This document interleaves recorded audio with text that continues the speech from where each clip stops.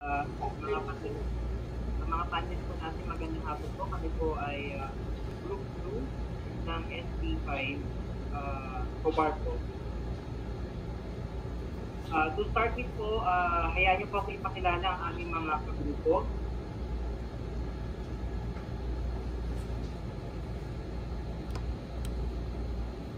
My name is Martin Peña po, and we have Mr. Rodel Policarpio and Ms.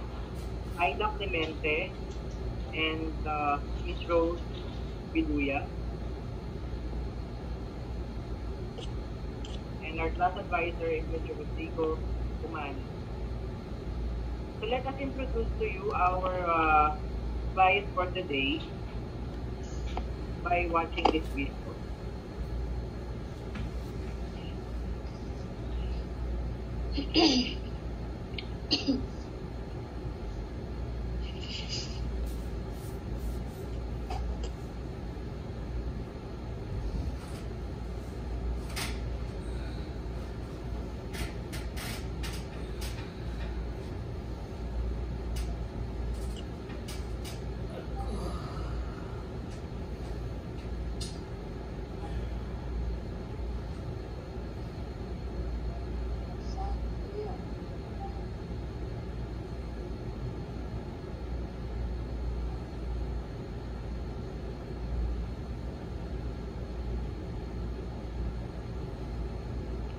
Ano po bang obesity?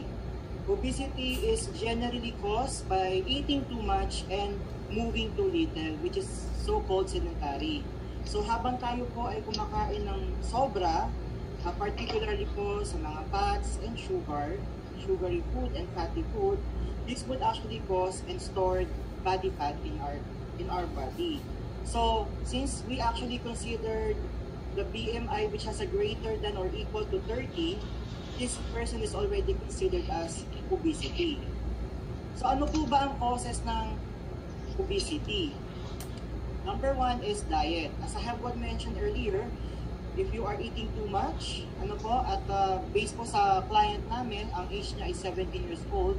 So, hindi po siya ganun ka-aware kung gaano yung karami yung food intake niya. Second one is stress or mental disorder. So meron po tayong tinatawag na mga stress eater, no? And hindi po nila napapansin na mas marami na pala silang kinakain at hindi po nila alam kung anong type ng mga pagkain ang kinakain nila. Next one is medical drugs. Meron po tayong mga tinatawag na medical drugs na maaari pong mag-cause ng weight gain. Those are the adverse effect. For example po, medicines for diabetes, antipsychotic medicine, antidepressant medicine, epilepsy medicine, and steroid hormones. Next one is sedentary lifestyle. Ito po yung walang physical activity. So as you can see earlier, ang patient po natin is 17 years old. So more on ang patient namin is either nakahiga or nakaupo, more on sa computer lang po siya, or more on nasa cellphone lang nakaupo o nakahiga. Next one is genetic. Genetic po, it's because maaaring ito ay na-acquired niya sa kanyang parents, sa genes ng kanyang parents, which is actually 70% na malaki ang chances na makuha po ang ganitong type ng obesity. Next is gut bacteria. Gut bacteria, ito po ay tiny organisms like viruses and fungi that they make what known as the microbiota. Ito po ay nakaline sa digestive system ng isang tao. But most likely po ito sa intestine and colon at maaari po ito magkaroon ng risk sa pangangatawan po ng tao in terms of obesity, diabetes, depression, and colon cancer.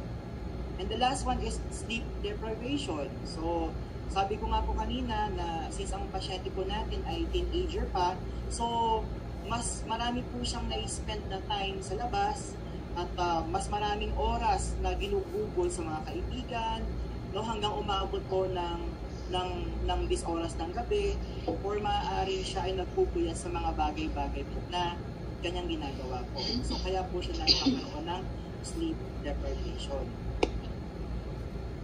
So let me introduce to you Mr. Rodel, Sir Rodel.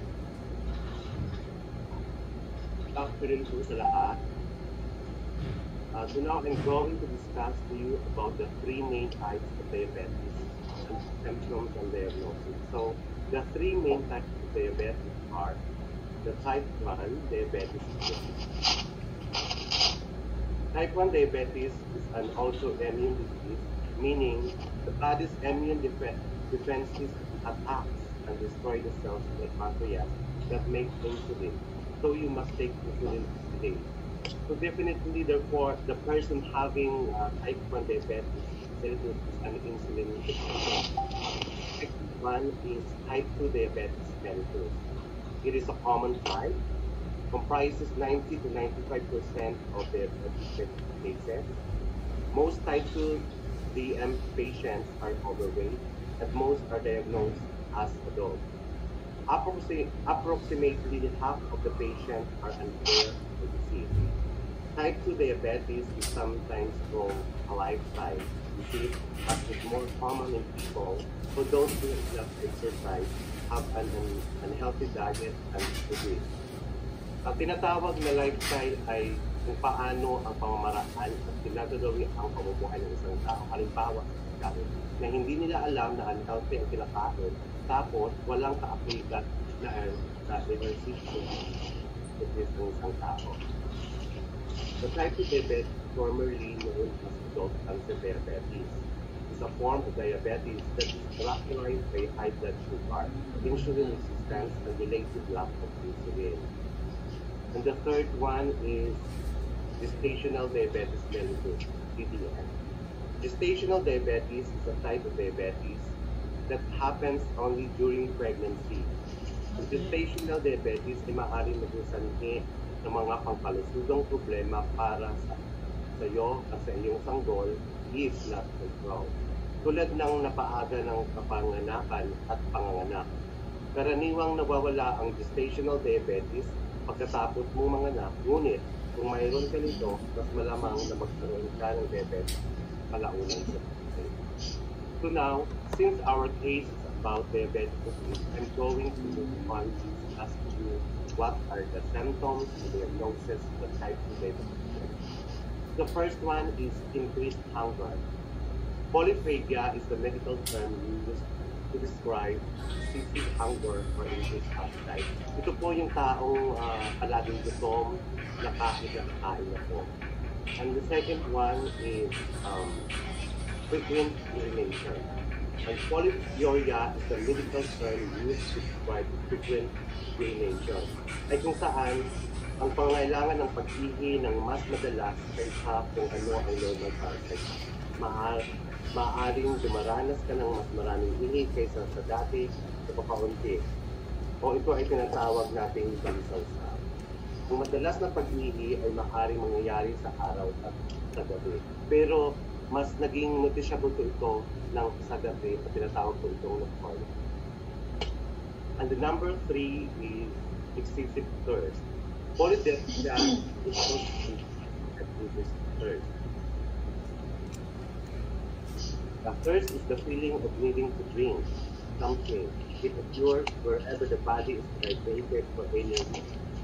Any condition that can result in a loss of body water can lead to thirst or and the number 4 is sudden loss of muscle mass. Muscle atrophy is when muscle wanes away, usually caused by a lack of physical activity. When a disease or injury makes it difficult for you to move your arm or leg, the lack of mobility can result in muscle wasting. Lack of physical activity katulad ng kulang at hindi pag-exercise dahil sa katbaan at tinatamad ng galaw at kumilos na kung saan nahihirapang igalaw ang kamay at mga paa. Paghihilan ng walang lakas. And the last is extreme tiredness. Fatigue is a term used to describe overall feeling of tiredness and lack of energy. Lahat naman tayo ay napapasok sa kadahilan ng maraming trabaho at walang pahinga. Pero Ang diabetic obese na tao ay madaling mapagod. Kaunting galaw, kaunting kilos, ay pugod na agad. Madaling maubos ang lakas ng pagkain. Ito, with time,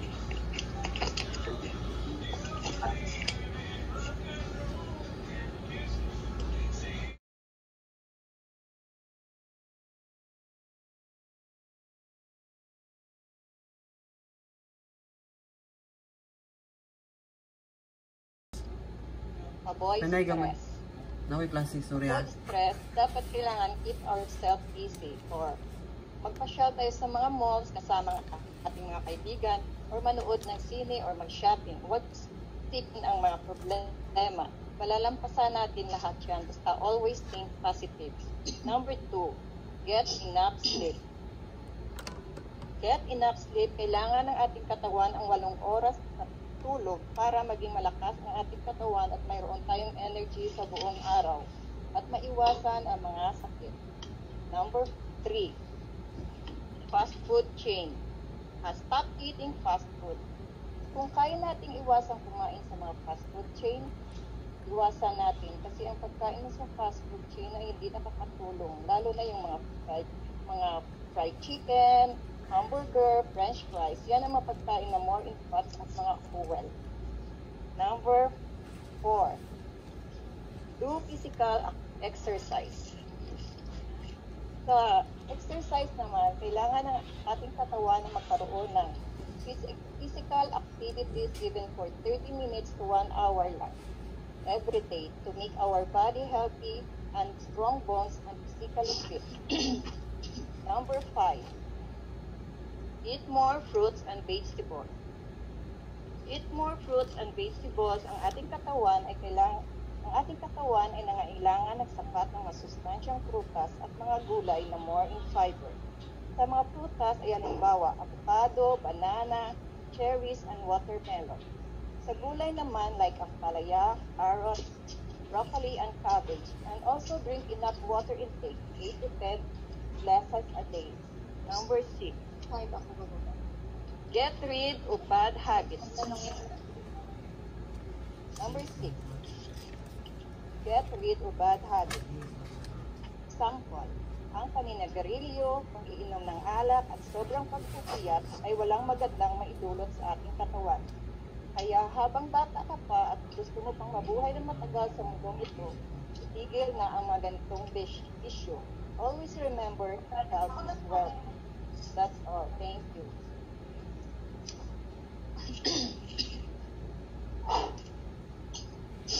Next, Rose.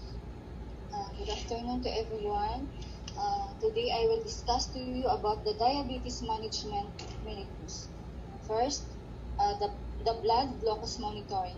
One of the main aims of diabetic treatments is to keep blood glucose levels within a specified target range. The key is balancing your food with your activity lifestyle and diabetes medicines. Blood glucose monitoring can help you understand the link between blood glucose, food, exercise, and insulin. Over time, your readings will provide you and your health professionals with the information required to determine the best management strategy for your diabetes. Keeping blood glucose levels within a target range can help reduce a person's risk of developing a range of diabetes-related complications. The number of times people with diabetes who use insulin will check their blood glucose levels varies according to a number of factors. People with type 2 diabetes who are not using insulin may not need to check their blood glucose levels regularly. However, they may find a period of structured self-monitoring to be helpful. Structured self-monitoring involves checking your blood glucose levels at certain times of the day, for instance, after meals for a given period, and then 2 hours after meal. And then working with your diabetes healthcare team to figure out how food, physical activity, and medication are impacting your blood glucose levels. If you would like to try structured self-monitoring, we have prepared this helpful guide. And the second is the balanced nutrition food. Instead, eat carbohydrates from fruits, vegetables, whole grain, beans, and low-fat or non-fat milk. Choose healthy carbohydrates such as fruit, vegetables, whole grains, beans, and low-fat milk as part of your diabetes plan.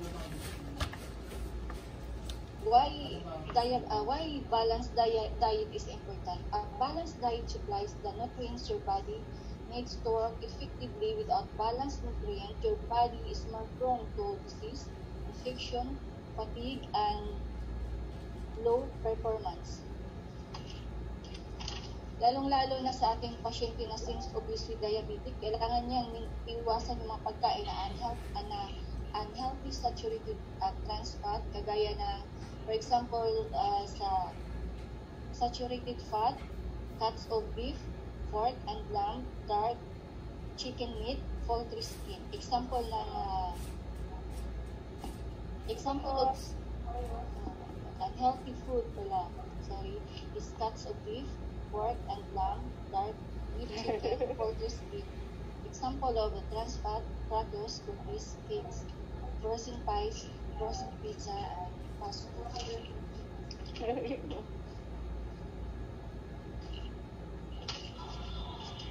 Now, the third is carbohydrates, calories counting. Carbohydrates and calories counting. When you're trying to lose weight, calorie counting and carbohydrates counting are two approaches you can take. Calorie counting involves applying the principle of calorie in, calories out. To lose weight, you must burn more calories than you eat. According to the pag-usapan natin. May problema ba?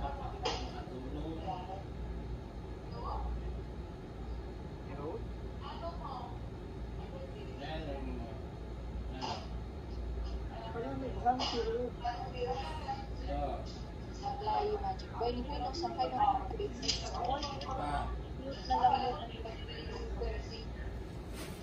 carbohydrate counting is an eating method that involves counting the number of carbohydrates you take in for your meals and snacks. Carbohydrates such as starchy, sugary, and refined foods can be a common source of fat and empty calories and in a person's diet. By emphasizing healthier, lower carbohydrate choices, a person will ideally eat in a way that promotes weight loss. Number 4 is exercise. Why exercise is important for type 2 diabetes? Exercise benefits people with diabetes and those at risk for diabetes by helping manage weight, by improving blood sugar levels, and by improving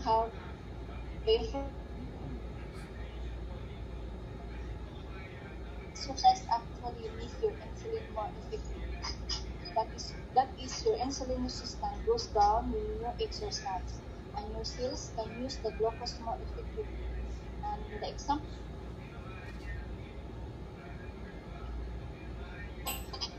cycling, yoga, anaerobic dance or water aerobic dance, and swimming at half hours of moderate to vigorous intensity physical activity per week. And the last one is medication. The chronic medication you take for diabetes keeps your blood sugar levels consistent. It's unhealthy for your blood sugar levels to be under control the next. In fact, inconsistent blood sugar levels can cause serious complications, especially in the long run.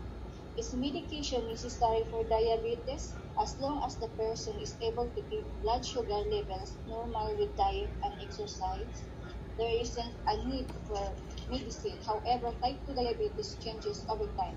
The change can be fast or slow, but it does change. Yan lang po.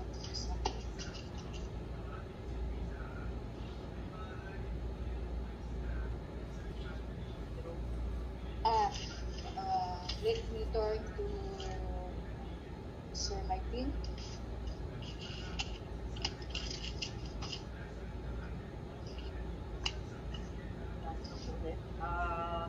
Nag-request po kami ng diet therapeutic diet for undiabetic patients. And those are actually low-calorie foods. The next one is low-carb diet and low-sugar diet. So after this slide, we will introduce you to some of the therapeutic diet or meals that we prepared for our patients. So we actually prepared a meal plan for diabetic obese patient for the day. Let's start with breakfast. So we prepared I prepared 2 pieces cauliflower hash brown, 4 strips of beef bacon, 3 pieces egg sanitized up, and 1 cup of milk. For my breakfast, the total carbohydrate is 41.3 grams, the total sugar 5.5 grams, total protein 65.8 grams, total fat is 32.6 grams, and the total calories is 392 kcal. Also, I prepared a daily snack for my client. I prepared 250 grams of strawberries and 20 grams of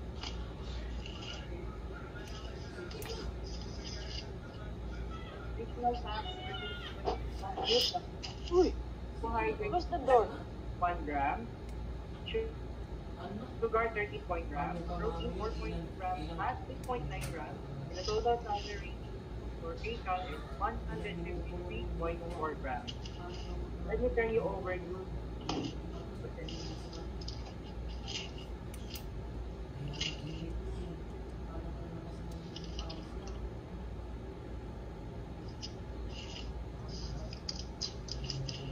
Nakamute ka, Sir Rodel.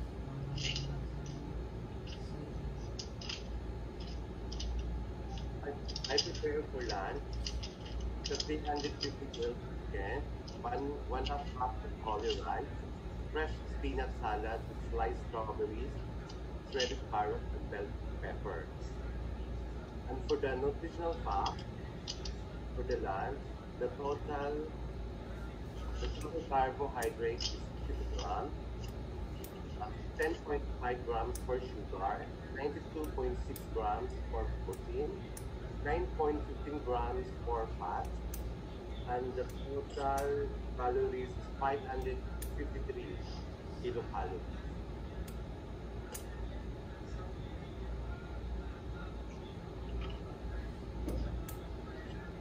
For the afternoon snack, I prepare 100-gram apple fruit, 125-gram Greek yogurt, 1 1/2 piece hard-boiled egg, and 1 glass of water. For the nutritional facts,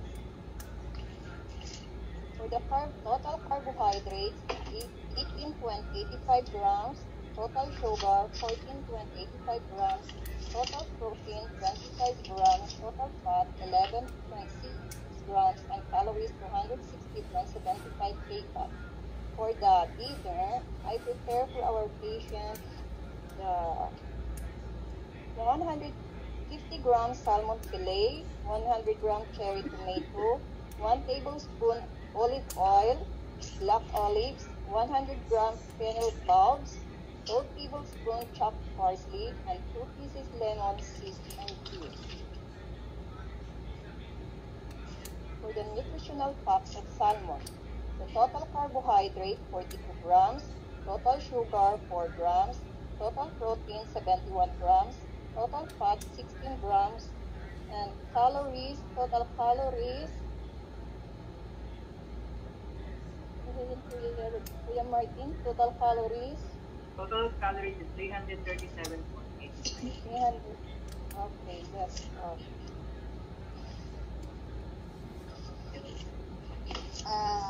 Since my patient is 17 years old, obese to diabetic, I prepare for her big time snack, 100 grams cottage cheese, low fat, and 100 grams pineapple chunk, carbohydrate 16 grams, sugar 11 grams, protein 11 grams, fat 4 grams, calories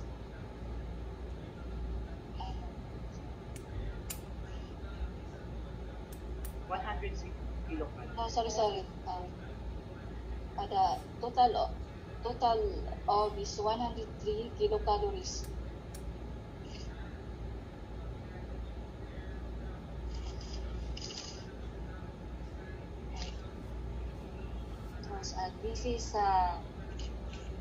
This is the total all over for the meal. This is the totally over for the meal plan. Oh yeah, sorry. This is the totally all over the meal plan for our diabetes.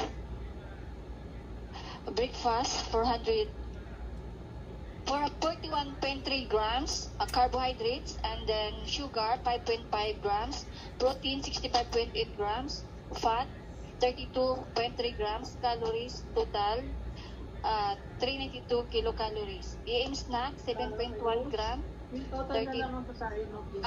Sige sir. Sa breakfast is 392 kilocalories. Carbohydrates, 187.5. Yeah. For breakfast, carbohydrates is total all over is 187.25 grams, and sugar is 58.85 grams, and the protein is 269.6 grams, and the fat is 7.95 grams. The total all over is 1,800 kilocalories. Sorry po. Sa sobrang.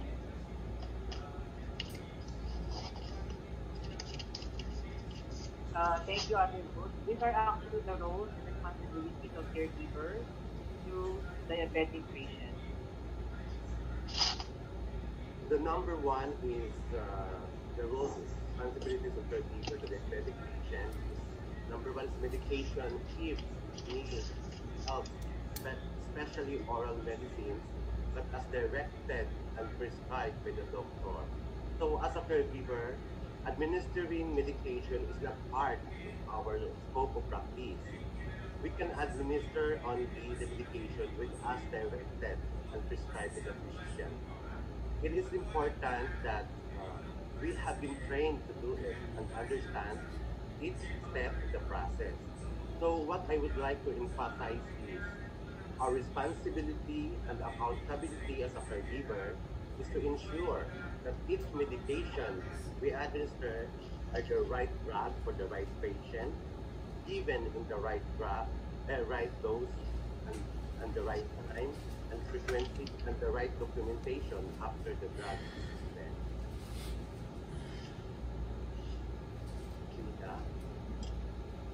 Thank you, Sir Rod.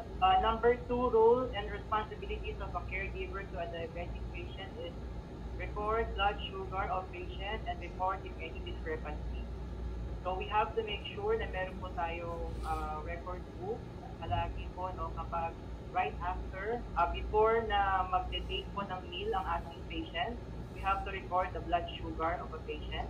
And also after ng meal, kailangan din po natin i-record ang blood sugar ng patient o yung RDS ng patient. And yung huli po is to before bedtime, kailangan din po natin i-record kung tumaas ba o bumaba or average ang naging resulta ng RDS ng pasyente. Ate Aida? Number 3, health teaching on following strict implementation of accepted diet. As our rules and responsibilities of caregiver to a diabetic patient, dapat, as a caregiver, alam natin yung mga pagkain na dapat ibigay sa mga diabetic patients. Like yung mga modified diet. The rows. Number 4, assist in the exercise of the client and incorporating role concepts.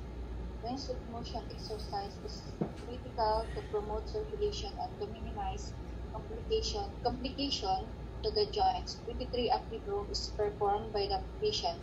Range of motion, the full movement potential of a joint usually it range of flexion and extension. For example, a knee might lack 10 degrees of full extension due to an injury. So, assist exercise of the client, and incorporating wrong concepts. So since our patient is obese with diabetes, we need to assist her to apply her the range of motion just like a passive range of motion, because passive range of motion is the movement applied to a joint solely by another person or persons or passive motion machine. Number 5. Encouraging client to seek consultation if some symptoms experienced. There is an agreement often signed by a therapist and client in which the client will have severe symptoms, however, being be sure to seek consultation from a doctor. Unang-una, make sure the focus is on the client and unwalk the line between pushy and cuddling. Clients need to know you, accept them, and respect their right to make their own decision. Neither cuddling your client nor being too insensitive to their readiness to open up will be productive. You must find the median line that intersects these two extremes, but be sensitive to where your client is at, but know when to give the extra little encouragement to reveal more or to think deeper. Sometimes it's that push that helps the client arrive at their ultimate goal. And then stay confidential and ask for clarification. For example, ask what family means and who is theirs. Do not assume your idea of anything matches theirs. It's your job to assess the situation carefully and correctly. If you develop a misconception about your client's situation, it could complicate things for the client and impede progress towards your client's goal.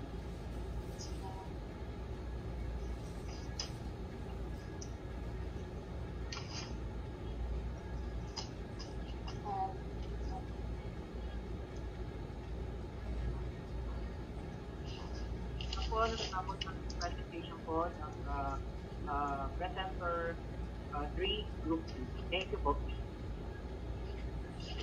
Thank you, Sir Martin. I think we can start with the questioning.